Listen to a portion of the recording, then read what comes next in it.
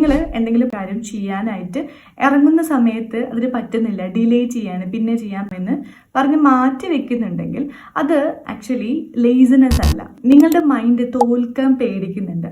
ആ തോൽവിയിൽ നിന്നുണ്ടായിട്ടുള്ള ആ ഒരു പെയിൻ ഉണ്ടല്ലോ, അത് ഇല്ലാതിരിക്കാനായിട്ട് നിങ്ങളെ പ്രൊട്ടക്റ്റ് ചെയ്യുന്നതാണ് ഡിലേ ചെയ്യാം എന്നുള്ള രീതിയിലേക്ക്. അതുപോലെ തന്നെ നിങ്ങൾ എന്തെങ്കിലും ഒരു കാര്യത്തിലേക്ക് ഇറങ്ങുന്ന സമയത്ത് ഓവർ തിങ്കിങ് ആണ് എന്നുണ്ടെങ്കിൽ അത് ഒരിക്കലും നിങ്ങളുടെ പിഴവ് കൊണ്ടല്ല, പാസ്റ്റ് ലൈഫിൽ നിങ്ങൾ പഠിച്ച ഒരു പാഠത്തിൽ നിന്ന്, ഉണ്ടായിട്ടുള്ള അനുഭവത്തിൽ നിന്ന് പാഠം ഉൾക്കൊണ്ടുകൊണ്ട് നിങ്ങളുടെ മൈൻഡ് നിങ്ങളെ സേവ് ചെയ്യാണ്. സോ അതിനൊക്കെയാണ് ഇമോഷണൽ ബ്ലോക്ക് എന്ന് പറയുന്നത്. ഈ ഇമോഷണൽ ബ്ലോക്ക്സ് എന്ന് പറയുന്നത് മൈൻഡ് കാണിക്കുന്ന ഒരു സേഫ്റ്റി വാൾ ആണ്. പലപ്പോഴും ഈ സേഫ്റ്റി വാൾ ഒരു കേജ് ആയിട്ട് മാറാറുണ്ട്.